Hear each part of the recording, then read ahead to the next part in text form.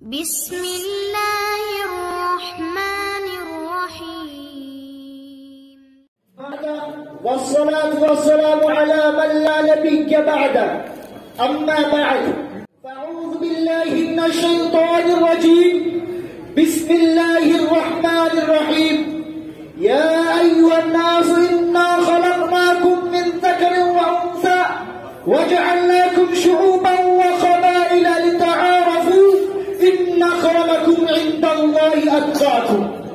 وعن عبد الله بن عمرو رضي الله تعالى عنه قال: قال رسول الله صلى الله عليه وسلم: ارحموا من في الأرض يرحمكم من في السماء، أو كما قال عليه الصلاة والسلام.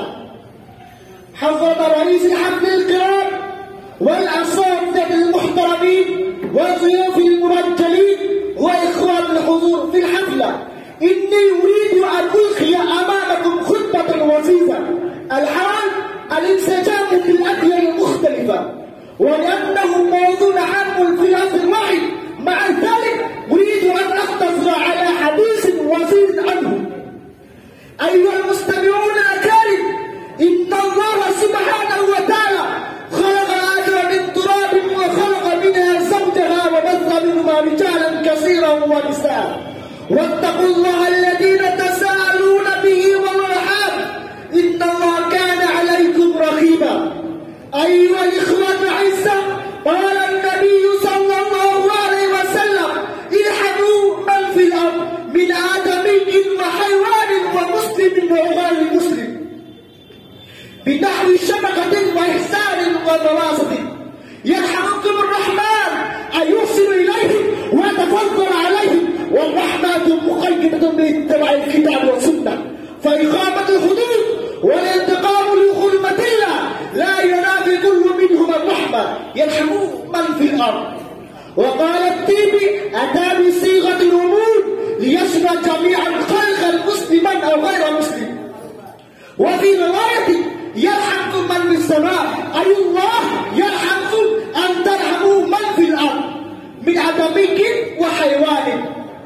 أيها الحضور، ذات يوم دخل عبد الله بن عمرو بيته، شاة ذبح الشاة في بيته، فسأل عبد الله بن عمرو: هل هديتم رجال اليهودي؟ هل هديتم رجال اليهود ثلاثا؟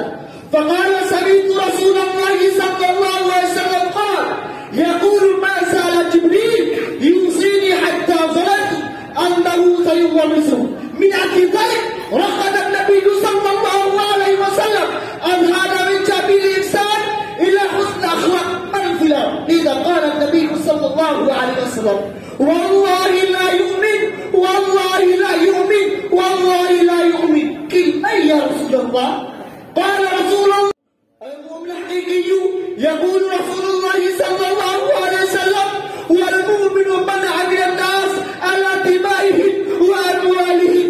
هنا أيضا بين النبي صلى الله عليه وسلم لفظة العموم الناس، لذا قال تبارك وتعالى: يا أيها الذين آمنوا إن جاءكم فاسق بنبأ فتبينوا أن تصيبوا قوما بجهالة فتصبحوا على ما فعلتم نادمين.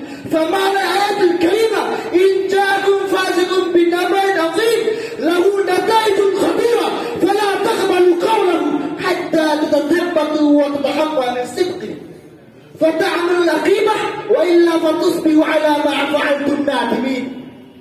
فيا إخوان عزة الدين، وجب علينا أن نعيش آمنين مطمئنين في الدنيا مع إخوان الأديان المختلفة، ونلقي معهم بالحسنة ونتحدث معهم الإخوة كي نخضع حياتنا بعدا باحترام الدراسة. آمين يا رب العالمين. السلام عليكم ورحمة الله وبركاته.